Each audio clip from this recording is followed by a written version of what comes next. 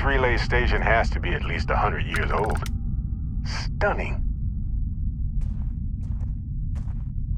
Hey, Captain. Can I talk with you for a bit?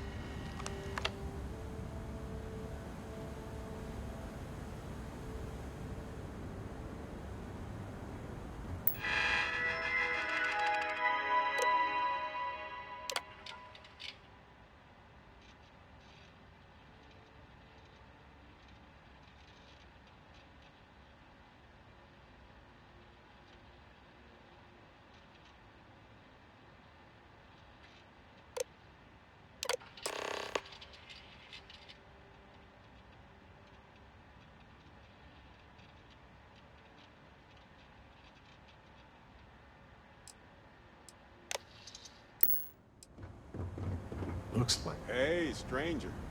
Let's chat sometime, okay?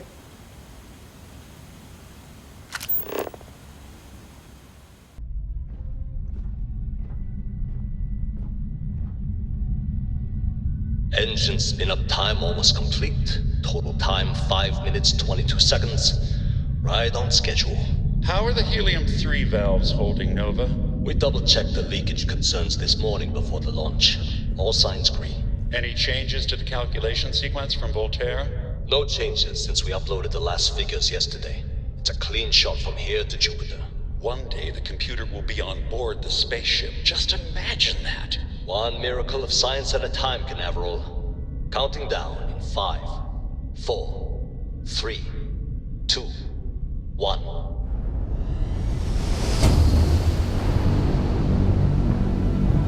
Canaveral, are you reading? All clear, Nova. Indicators look good. The ship should be cruising Jupiter's orbit right now. Visual confirmation will be possible in 32 minutes. Afraid the speed of light is on the slow side these days. How does it feel to break the laws of physics, Canaveral? We're all pretty excited down here in NASA, I won't lie. Excited enough to tell me where you got the original data? Not in a million years, Nova.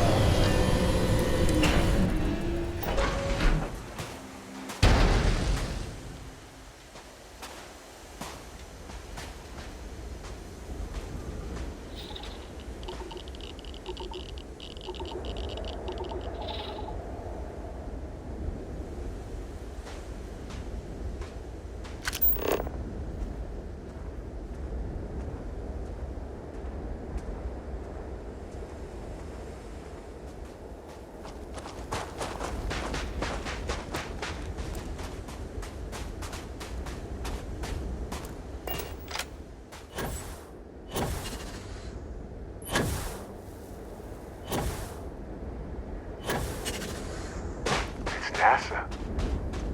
It's actually NASA. This is one of the towers that got us to safety among the stars.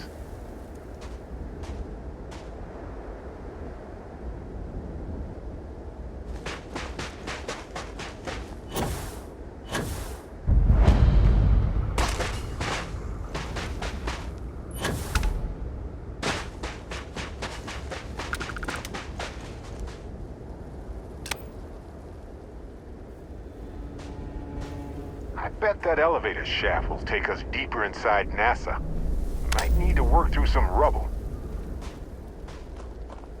Let's talk. When you have time, of course.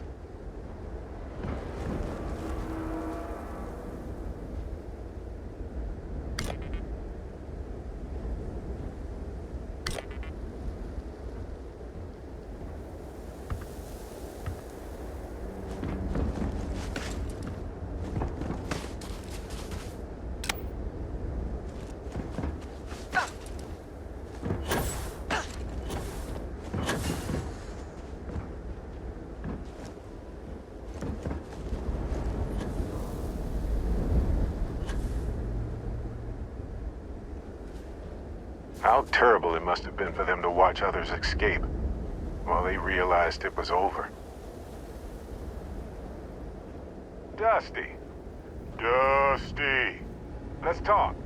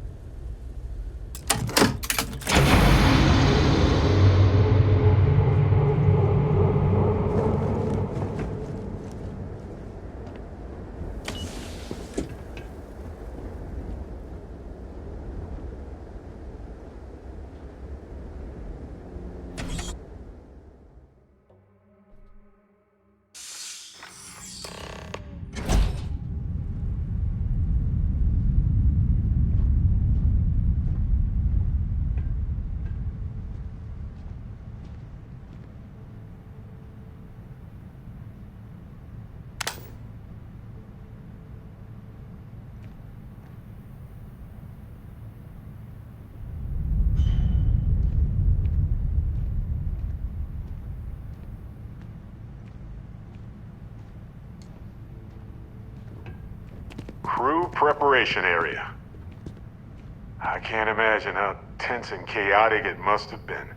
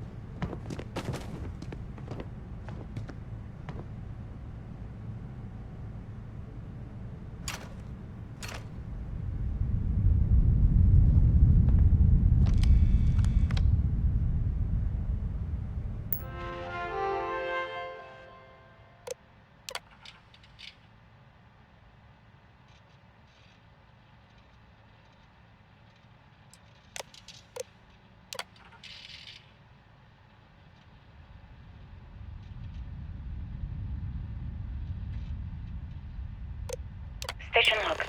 Dr. Judith Tatien. The recent delivery from Mars is unsettling. I was expecting rock samples or maybe fossils of microbial life. Instead, Dr. Victor Isa comes with 2 members of the military. Everything they brought back is under wraps. What could a theoretical physicist need with a sample from Mars? Station log. Dr. Judith Tatien. I've been trying to cozy up to Dr. Isa, Victor, to see what is going on. His team has completely commandeered one of the labs with those 2 military handlers, checking who comes in and out. I joked that maybe he found a little gray man and was doing an autopsy, and he grew very pale. 2 days later, he sends me a request asking for more information on my background in materials science, metallurgical engineering. Oh, we have a meeting tomorrow. I think I'm being invited into the lab. Station log. Dr. Judith Etienne. I have never been so nervous since I defended my dissertation. 4 hours talking to Victor and his team about theoretical metals, atomic bonding, even a half-hour divergence into magnetism that I'm pretty sure was just to throw me off the trail of what we were actually talking about. Then, I got to see the lab. I don't know how much I should say, but the periodic table just got thrown out the window.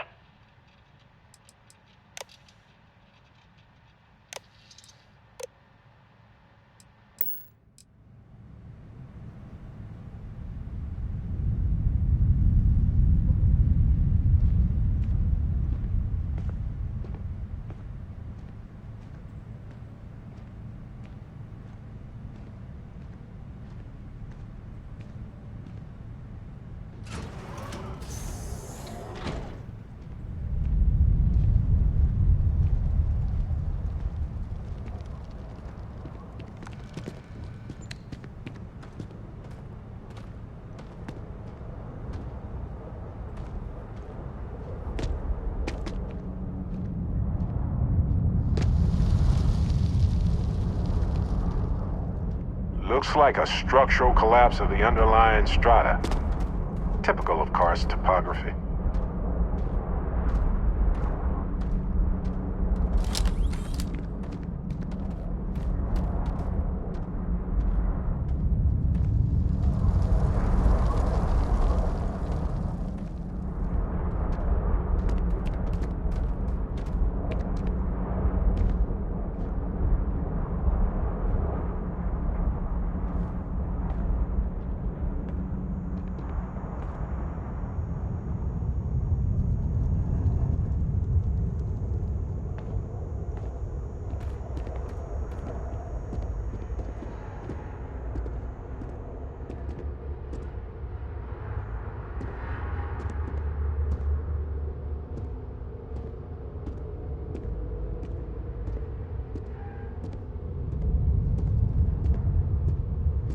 They had a museum, but this whole place is a museum now. Anyway, looks like an exit at the end of the hall.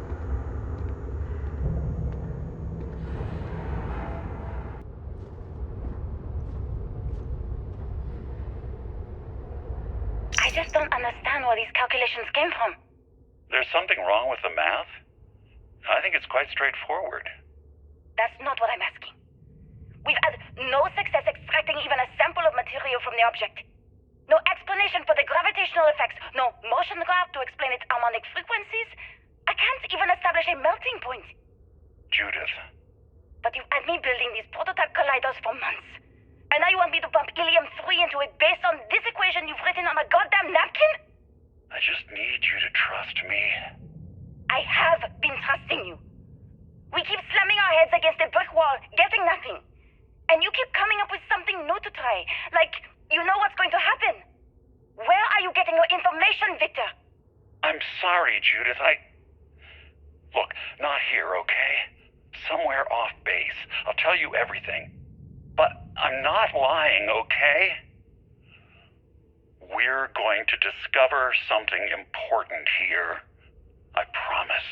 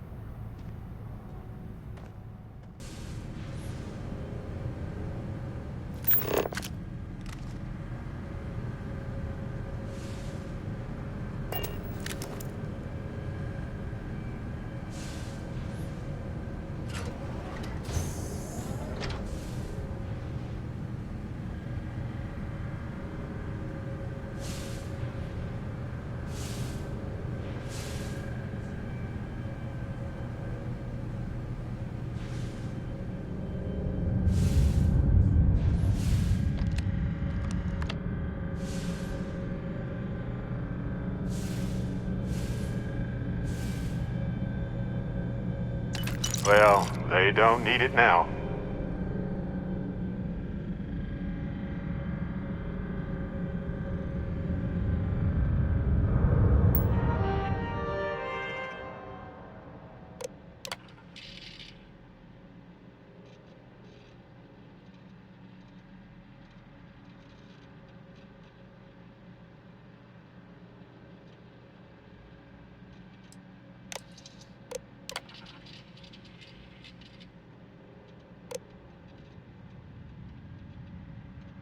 I never actually got to visit your labs back when we were working on the grav drive projects. Seems like ancient history now. Only thing we're doing these days is launching weather satellites. Guess this is as good a retirement as any. Now, Project Demeter, you want our help manufacturing scanners to better track these new meteorological patterns we're seeing. Our guess is that the poles might be naturally shifting, causing some gravitational fluctuations that are throwing off our old models. Why do you need the scanning tolerances to be so small? What are you trying to find? I just want to be sure. It's not like we're doing much these days anyway. The glory days are over. Why not give ourselves a challenge before they write us off in the history books?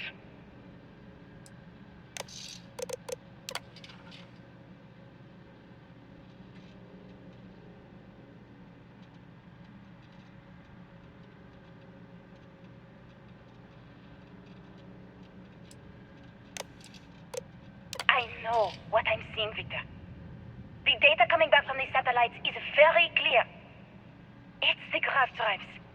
All those jumps from the moon. At this rate, Earth's atmosphere is going to start sputtering out into space. Can the drives be fixed? I'm working on some designs that should discreetly solve the problem, under the guise of an emergency update to the fueling pumps. We're talking about the end of Earth, and you're trying to be subtle about it. Judith, the last thing we need is people losing faith in grav drive technology. That might be our only option. To what? Are you seriously saying we should abandon Earth? The timeline is under 50 years. A blink of an eye for a planet, but more than enough time for a human exodus. And what do we tell people? We say it's an act of God, one that science has found a solution for. Time for humanity to take its place in the stars. You knew, didn't you? You lied to me. All this time, I dedicated my life to this discovery, Victor. And you knew we were going to kill off our planet? You haven't seen the future I've seen. There's an infinite expanse of promise out there. A meteor could hit Earth, a plague, another world war. Colonizing other galaxies secures humanity's future for all coming generations, across all time. At the expense of our home. Stop it, both of you. All that matters is building enough ships to get everyone off this planet. And we need to start now. I'll draft up a statement. We'll need to address the entire international community. I'm sorry, Judith. There isn't a planet in this universe that will be far enough away from you, Victor. We are never speaking again after this is over. I know what I'm seeing, Victor. The data coming back from the satellites is very clear. It's the grav drives. All those... My name is Dr. Victor Isa. And if you're listening to this, then you probably already know the truth. I was young when I first headed the retrieval team of an odd gravitational anomaly on Mars, but I kept what really happened that day hidden from everyone except one other person. Even she didn't believe me at first, but I have no reason to lie to anyone now, so I hope you'll accept this confession. What? Whoever you So are. it wasn't just a fluke? When I touched terrible the but anomaly, inevitable I experienced disaster? 12 days The of grav lost drives? time. I met myself. He told me everything that has since come true. The grav drive equations, the tests on the moon, Earth's atmosphere sputtering away because of what we had done. But he also told me about a city thriving on a planet orbiting a distant star. Human culture, art, music, lifestyles evolving and shining brightly across all of space. What price would I be willing to pay for that future? Maybe you don't believe me. Maybe Judith was right and I'm just a coward who wants to believe his mistakes were justified. But everyone has forgotten about the real origins of the grav drive, this artifact from Mars. I hope you make better use of it than I did.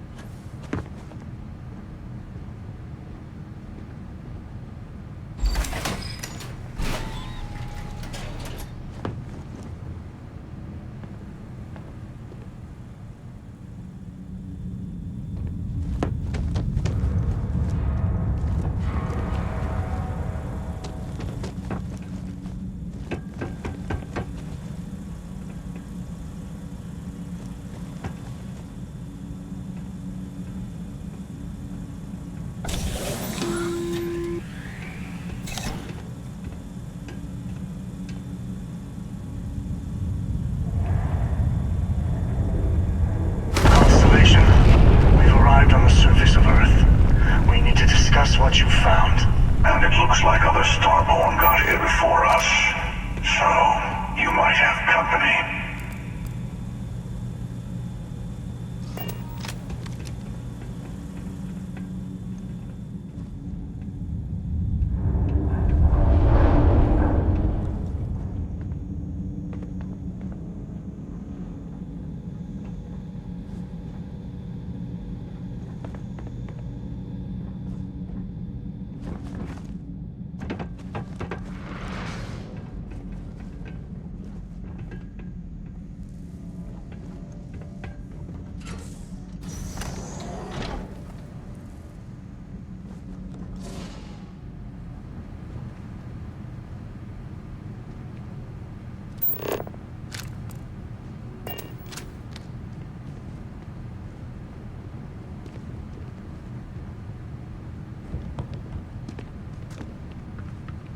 Obliterate them!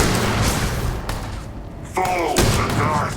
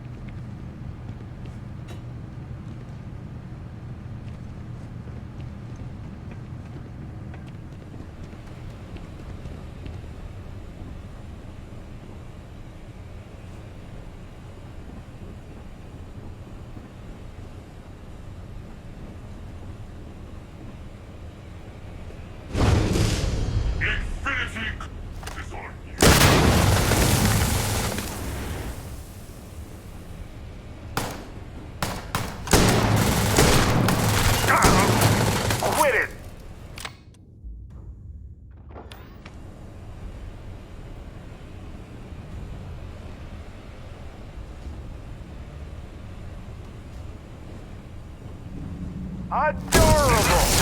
Drink it! Everybody got that? Good.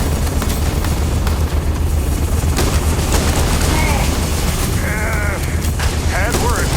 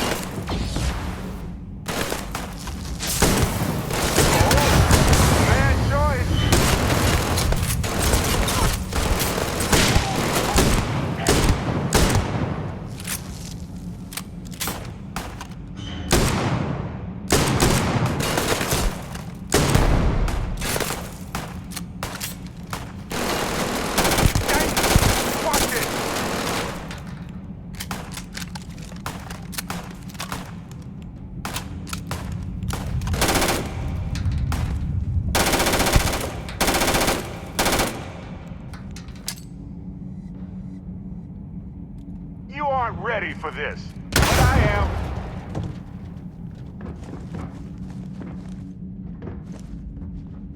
Eclipse!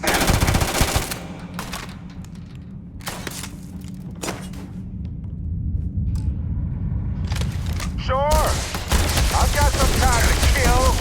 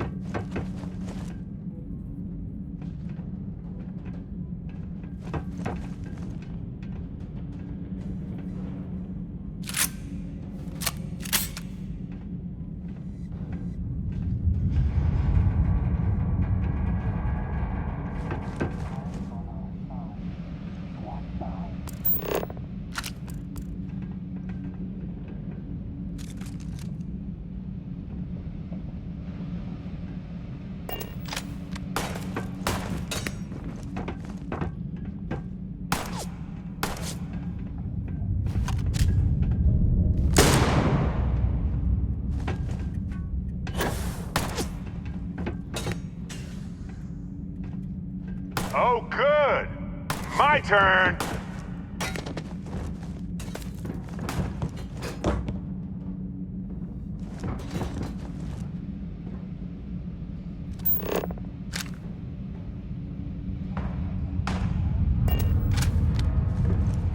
Didn't think this through, huh?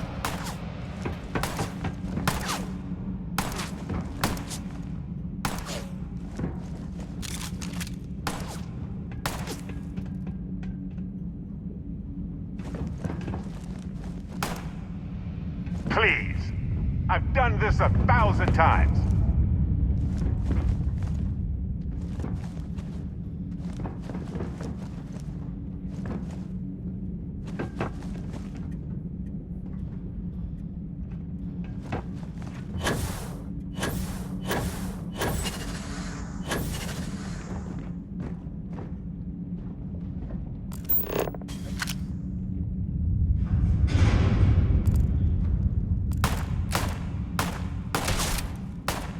Another fool. Oh, I love this part.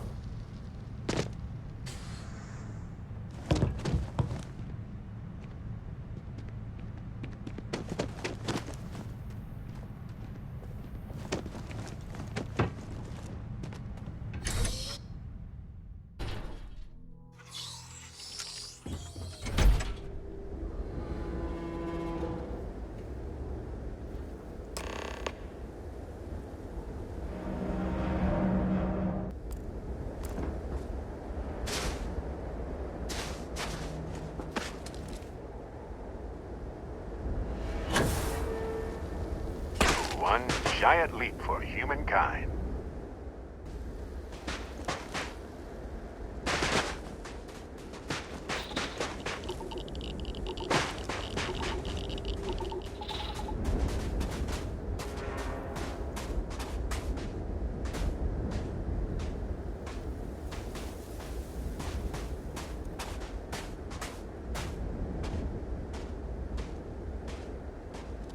Do you understand now why I asked you to come here? The artifacts unlocked the secret of interstellar travel. At the cost of Earth. An easy trade, honestly. Why have one world when you can have all the settled systems?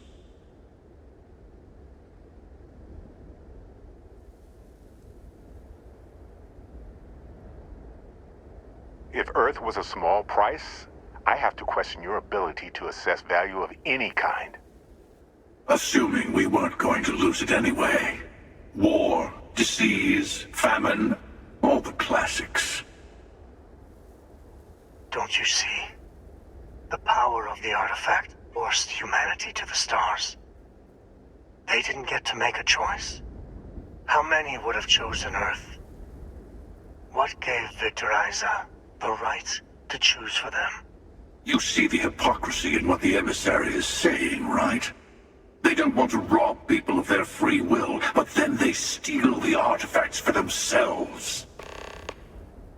In the wrong hands, the power of the artifacts can make anyone a tyrant. That is why we watch over them. The only thing you're watching out for is yourself.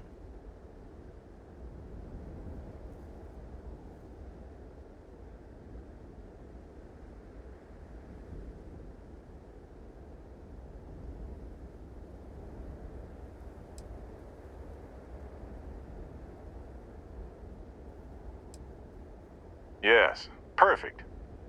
All of that in a recursive loop forever. Thank you very much. Don't be a fool. The emissary and I may have our differences, but you do not want to give us a common enemy. For once, he is right. Don't do this. We can collect the final pieces together.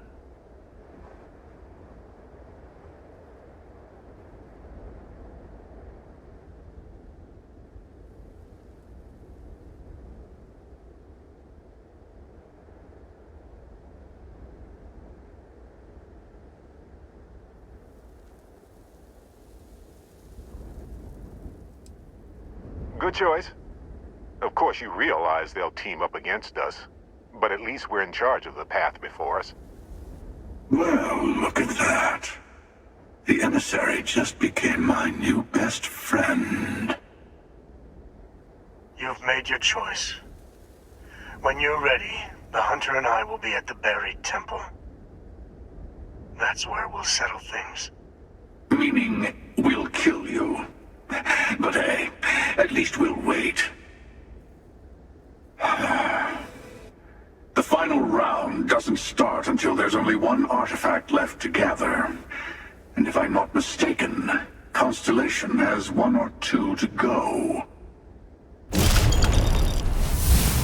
a break. Let's chat.